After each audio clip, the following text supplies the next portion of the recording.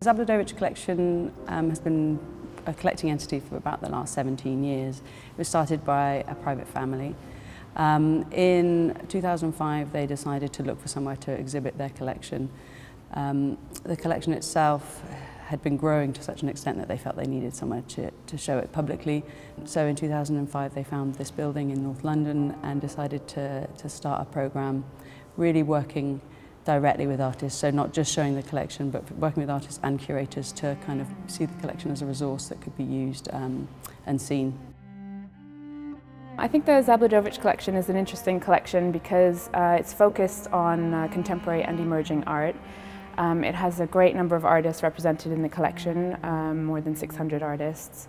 And it's a collection that constantly works with artists, so it's not just about acquiring works and keeping them for posterity, but it's also about working with artists to commission new works and to revisit existing works for new installation. It's also a space, so the collection is one thing, but the space here that we're standing in is another.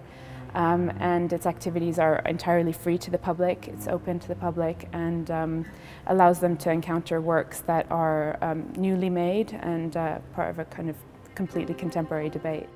But the ethos is essentially a very philanthropic one, which is based on supporting and nurturing rather than just acquiring and not being in touch with those artists anymore.